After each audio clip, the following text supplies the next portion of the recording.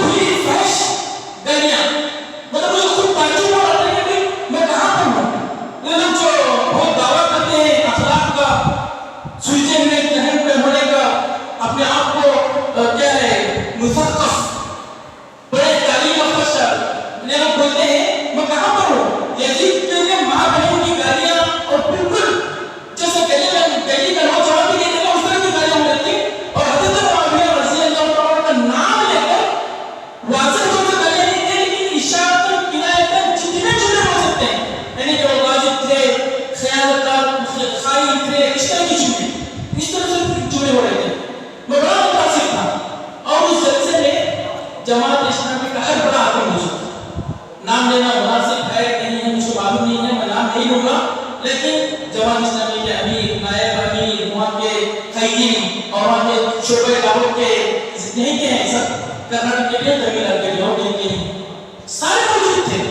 میں 3 مرتبہ اٹھا، یہ سن نہیں سکتا، میرا نفس برداشت نہیں کر رہا تھا کہ اس طرح کے جملے سنوں. 3 مرتبہ اٹھا کسی کو واپس چلا جاؤ، لیکن یہ امید سے بیٹھا رہا، یہ امید سے بیٹھا رہا کہ شاید تقریر ختم ہونے کے بعد جو ہمارے تمل ناڈو کے، ہمارے کرناٹک کے جو بڑے بڑے لوگ بیٹھے ہوئے ہیں، شاید یہ کوئی اس تقریر پہ رد کریں گے، اس کے بارے میں بولیں گے نہیں یہاں پہ جو صحابی کو لعن طعن کیا گیا، صحابی کو خائن اور غاصب اور جھوٹا چور جو کہا گیا، اس پہ رد کریں گے.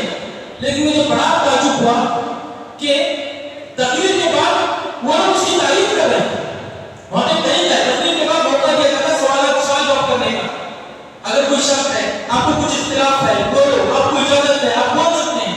میں اس وجہ سے انسان ہوتا ہے کہ شاید تقریر کے بعد اس طرح کیا جائے گا، لیکن رد نہیں، اس کی تعریف ہو رہی تھی.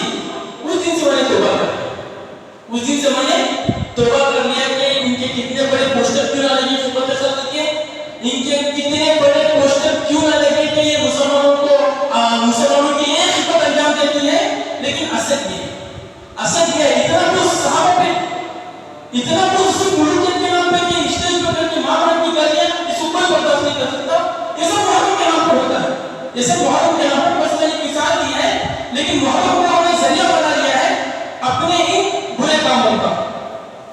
ٹھیک ہے، اور لوگ یہ کیا کیا کرتے ہیں، سب کو شتم کرنا، خلفائے راشدین کو غاصب سمجھنا، حضرت علی کو وصی رسول ماننا، حضرت رسول کو وصی رسول کہتے ہیں کہ حضرت رسول نے حضرت علی کی وصیت کی تھی، لیکن حضرت ابو بکر عمر نے اس کو ہڑپ لیا. نعوذ باللہ. ان کو رتبے کو تمام صحابہ سے بلند و برتر جاننا، کہتے ہیں حضرت علی سب سے افضل ہے، لیکن یہ ہمارا عقیدہ نہیں ہے. لیکن شیعہ سے متاثر ہو کر کچھ لوگ اس طرح کی باتیں کرتے ہیں. حضرت علی کا دوبارہ دنیا میں آنا، قرآن کا ایک بڑا حصہ صرف ان کے پاس ہونا وغیرہ وغیرہ فاسد خیالات و عقائد جو شیعوں کے مذہب کی بنیاد ہے. ان میں سے کتنے عقیدے شیعوں نے نفسیات کی سنت سے اہل سنت و جماعت مسلمانوں کے مذہبی حکم میں داخل کر دیے تھے. اس کو مکمل نشاندہی نہیں کی جا سکتی. صرف محبت اہل بیت کے نام پر، محبت حسین کے نام پر، محبت اہل بیت کے نام پر ان لوگوں نے ہم جو صحابہ سے محبت میں کیڑے نکالنے شروع، ہمارے دلوں سے صحابہ کی محبت کو کم کرنے کی کوشش کی. ایک بہت بڑا ان کا شیعہ نے جو کیا ہے، سیاسی طاقت کا استعمال کرتے ہیں. سیاسی طاقت کے استعمال کے ذریعے شیعت کو اہل سنت میں داخل کرنے کا ایک پہلو یہ بھی ہے کہ مغلیہ سلطنت نے اورنگزیب عالمگیر کے لڑکے بہادر شاہ اول نے تخت نشین ہوتے ہی اپنے شیعہ ہونے کا اعلان کر دیا تھا. یعنی اورنگزیب عالم کے بعد جو بادشاہ بنا اس نے صاف اعلان کر دیا کہ میں شیعہ ہوں. اور اس کے بعد بھی جو بھی حضرات پر سے اقتدار آتے رہے، جو بھی بادشاہ بنے، وہ بیچارے شیعہ وزراء اور خلفاء کی طاقت سے گھیرے بیٹھے. اس دور میں نہ صرف دہلی بلکہ پورے ہندوستان پر سید برادران یعنی نجف علی خان، زین العابدین، نجف قلی خان، محمد بیگ حمدانی، اسماعیل بیگ، اس طرح کے کچھ یہ سارے لوگ تھے. ان کا غلبہ رہا. شاہ عبد العزیز کے دور میں شیعہ عمرا نجف خان، زین العابدین، نجف قلی خان، محمد بیگ حمدانی، اسماعیل بیگ ملکی سیاست پر پوری طرح چھائے ہوئے تھے. ان لوگوں کے اقتدار، تشیعوں کے عام طلبے اور نوابان عہد کے سیاسی استعمال کی وجہ سے شاہ عبد العزیز بن شاہ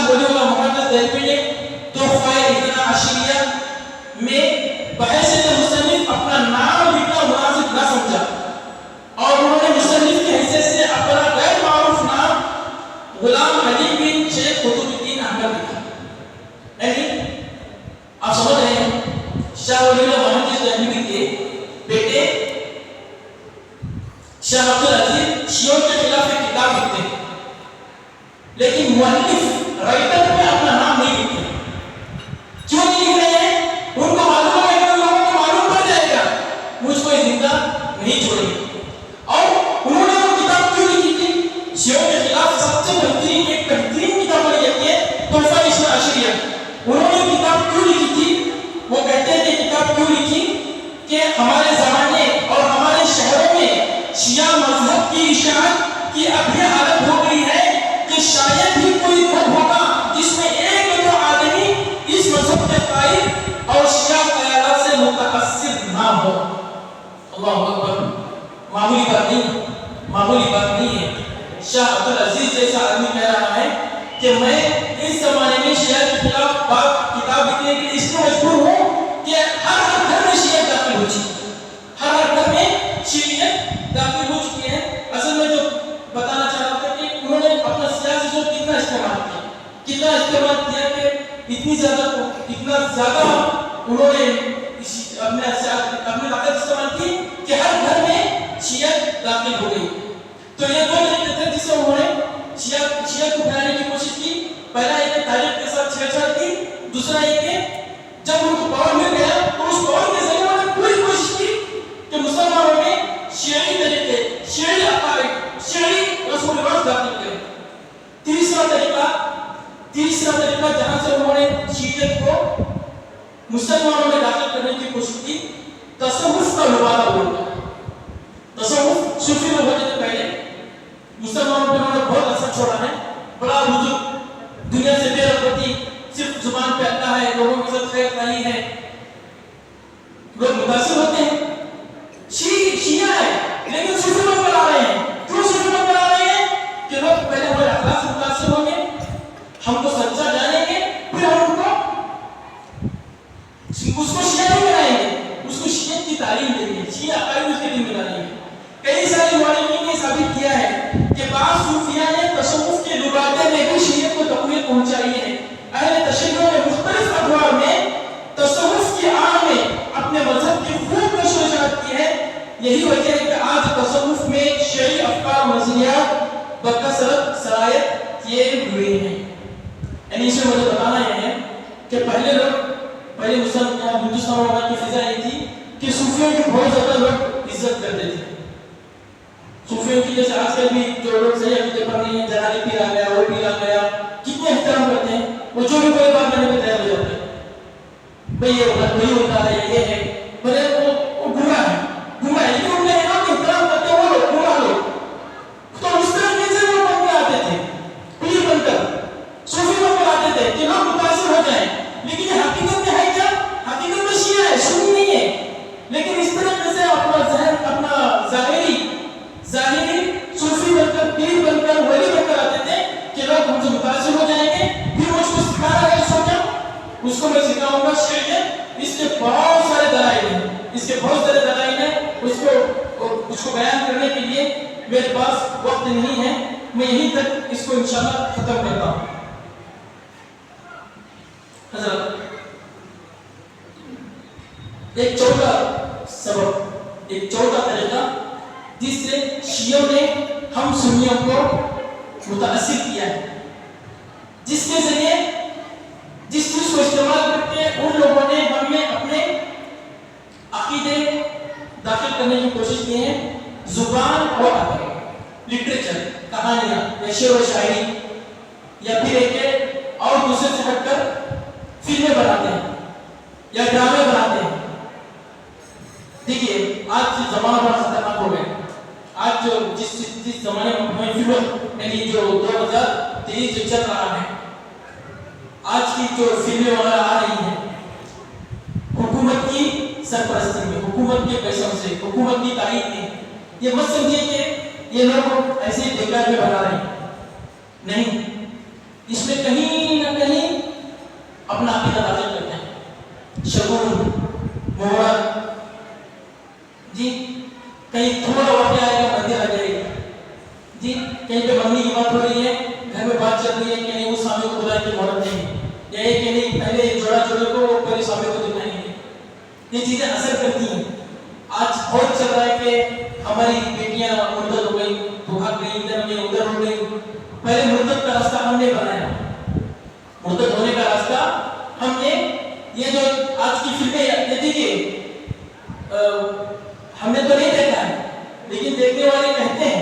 کہ کبھی کبھی کچھ نظر سے گزرتا ہے آپ خود محسوس کرتے ہوں گے.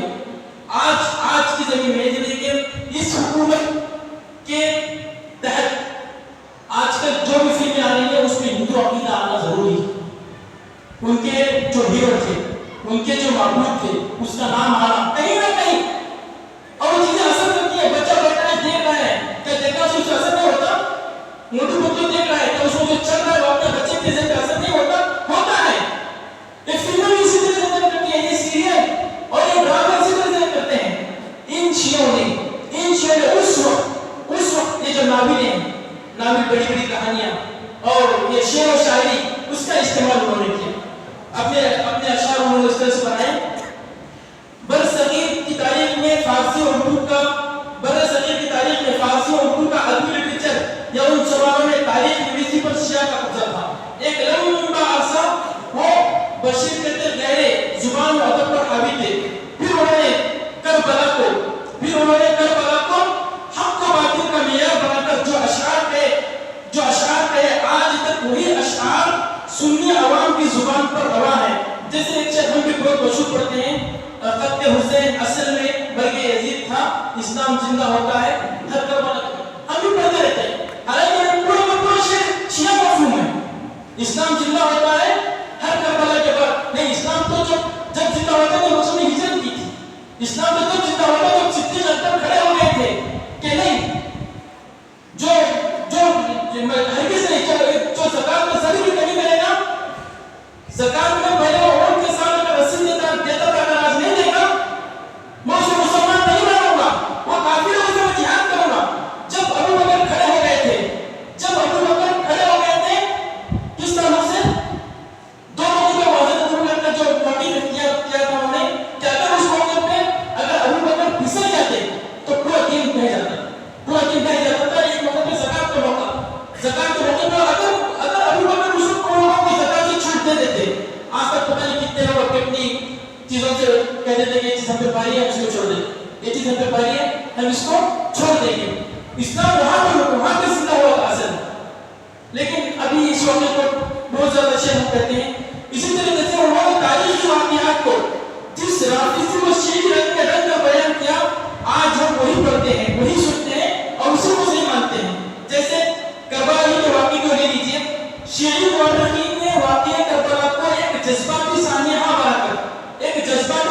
بنا کر اس واقعے کو اپنے مذہب کو پھیلانے کا ایک اہم ذریعہ بنا دیا. حضرت حسین کے نکلنے کے مقصد میں غیر بیانی کر کے اس کو آل بیت کی امامت اور ولایت الفقیہ کی ریلی بنا لیا. حضرت حسین کی مظلومیت کا بہانہ بنا کر صحابہ خصوصاً حضرت معاویہ اور بنو امیہ پر اتنے جھوٹے اتہامات لگائے کہ جھوٹ کی ساری حدیں پار ہو گئی. باوجود یہ کہ شروع سے علماء اہل سنت نے اس جھوٹ کا پردہ چاک کیا, لیکن جو چیز عوام میں ہم سنی عوام میں مشہور ہے وہی شیعی منہج. کربلا کے قصوں کو وہ استعمال کرتے ہیں, اس کے ذریعے ان کا ایک مقصد ہے شیعت کو ثابت کرنا, صحابہ کو جھوٹا کہنا. وہ اپنے مقصد کے لیے استعمال کر رہے ہیں, لیکن ہم سنی عوام سال بھر سال خطبے پرسکون ہوتے ہیں, لیکن محرم پر مانا جاتا ہے ہمارا سنی امام بھی چیخ کر دھاڑے لگا کر حضرت حسین کی کیا کرتا ہے, مظلومیت کی گن گاتے کرتا ہے, اور پھر ان کی گن گائے ان کی مظلومیت کی. لیکن ایک صحابہ پہ الزام یا پھر اسلامی تاریخ کو مس کرنا یا پھر ان کے عقائد بیان کرنا, اس طرح کی چیز ہو جاتی ہے. آخری چیز موجودہ شرعی اثرات. آج ہم میں جو شیعہ کے جو موجودہ اثرات ہیں جس سے ہمیں بچنا ضروری ہے, ایک تو تعزیہ داری, تابوت وغیرہ نکالنا, کہ اللہ کا شکر ہے وہ چیز کا موجودہ ہے. کالے کپڑے پہننا اس مہینے میں, امام زامن کا کڑا پہننا. وہ لوگ تو کربلا والا سے یا جو امام بڑوں سے کچھ کڑا لاتے ہیں کہ امام زامن کا کڑا ہی ہماری حفاظت کرتا ہے. ان کا خاص عقیدہ ہے, وہ لوگ چیزوں پہ عقیدہ رکھتے ہیں. ہمارا عقیدہ توکل تو اللہ, ہمارا عقیدہ توکل تو اللہ, حسبی اللہ کہنے والا پھر کڑے والا نہیں پہنتا. وزنی چیز اٹھاتے وقت یا دیوار پھلانتے وقت یا علی یا مولا علی کے نعرے لگانا, یا گاڑیوں پر یا علی مدد وغیرہ لکھنا. جگہ پہلے عاشور خانی یا مکان آج بھی مشہور ہے, پھیلے ہوئے ہیں. یہ چیز ہم شوقت یہ کرنا ہے. یا اس طریقے سے ہم نام رکھتے ہیں ذاکر حسین یا غلام حسین یا عبد الحسین, مولا علی جیسے نام, یہ سب شیعہ کے اثرات ہیں. ہم اسے سے بچنا ہے. اور یہ جو شیعہ سے ہم بہت متاثر ہو کر جملہ کہتے ہیں علی مشکل کشا. علی مشکل کشا اشعار میں کہتا ہے, جملوں میں بولتے ہیں. مشکل کشا ایک مسلمان کے پاس اللہ کے علاوہ ہرگز کوئی دوسرا نہیں ہو سکتا. حضرت علی کے اپنے معاقب ہیں, ان کا سب سے بڑا رتبہ جو صحابی ہیں, پھر خلیفہ ہیں, اور پھر ایک رسول صلی اللہ علیہ وسلم کے رشتہ دار ہیں. اس سے بڑھ کر کہ مشکل کشا صرف اللہ ہے. اس طرح کی سب چیزیں اثرات ہیں ہمارے, جس کو ہمیں خود سمجھنا ہے. یہ ان پر شیعہ کے اثرات ہیں جس کو ہمیں سمجھنا ہے اور اسے بچنے کی کوشش کرنا ہے. سبحان ربک رب العزت